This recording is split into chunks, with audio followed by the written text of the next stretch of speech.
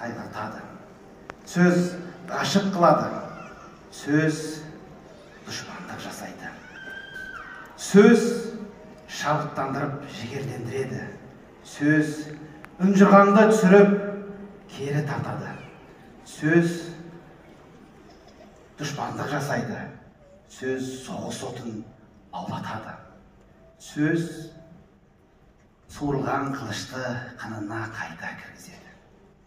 Сөз білім, сөз тәрбие, сөз Құран, сөз дұға, сөз нәпсіңнің тілі, сөз рухыңның үні.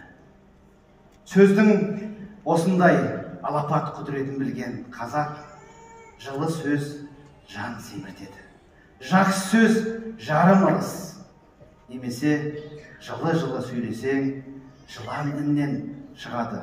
Қатты-қатты сөйлесең, мұсылман діннен шығады. Тағы да көптеген осындай сөзге қатысты қазақтың тамаша сөздері бар. Шәкәрім, сөз сенің әдетің, ал әдетің тағдырың дейді. Қадірлі ағайын, адам баласы жақсы сөз естіген кезде бірден кез келген нәрсенің жақсы жағын ойлай бастайды. Шабыттанады, қуанады. Ол жерде бір керемет рухани күй пайда болады.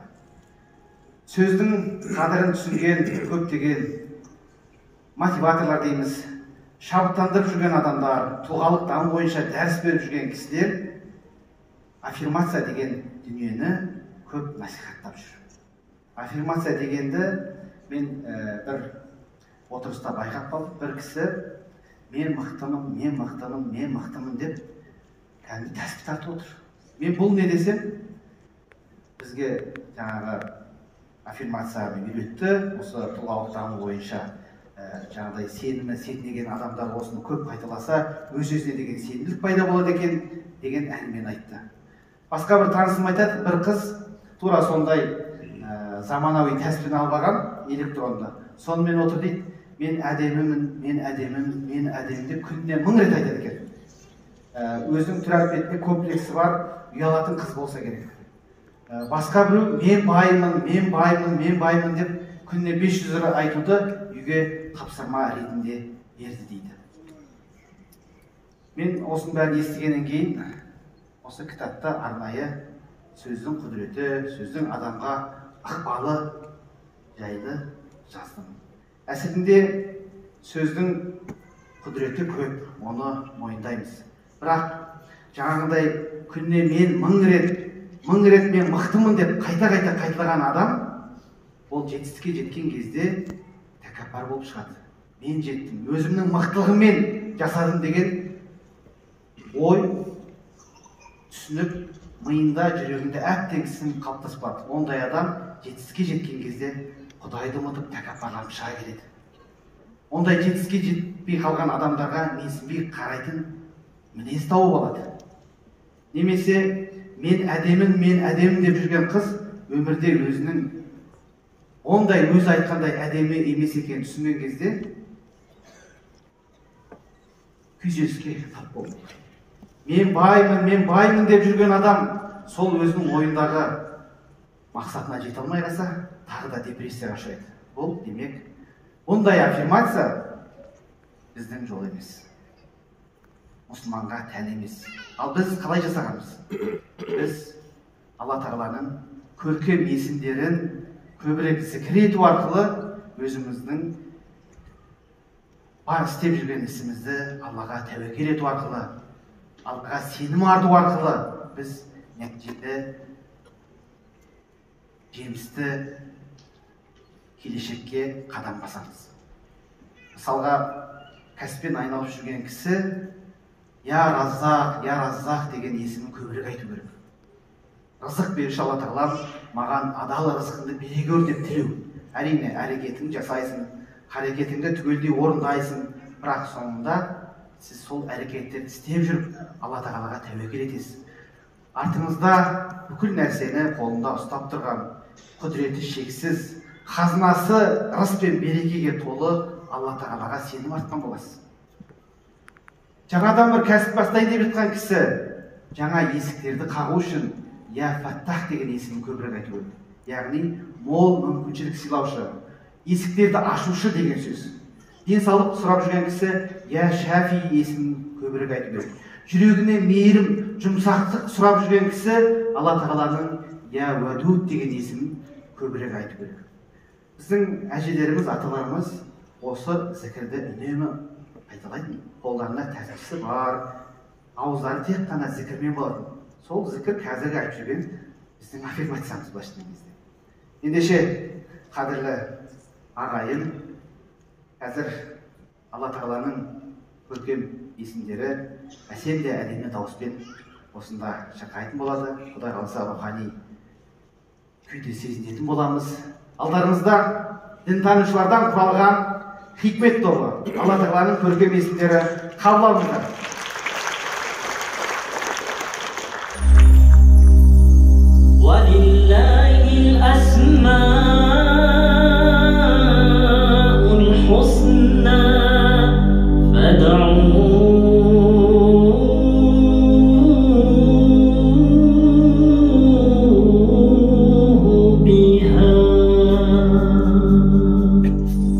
Ya Allah, Ya Rahman, Ya Rahim, Ya Malik, Ya Quddus, Ya Salam, Ya Mu'min, Ya Muhaimin, Ya Aziz, Ya Jabbar, Ya Mutakabbir, Ya Khaliq, Ya Bal, Ya Musawwir, Ya Ghaffar.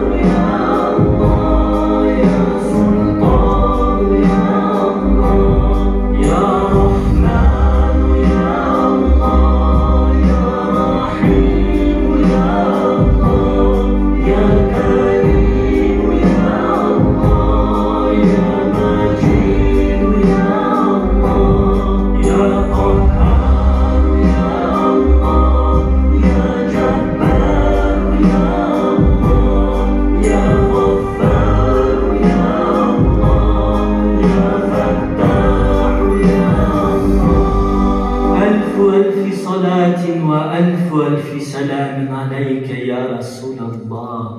ألف صلاة وألف سلام عليك يا حبيب الله. ألف صلاة وألف سلام عليك يا أمين وحي الله. لا إله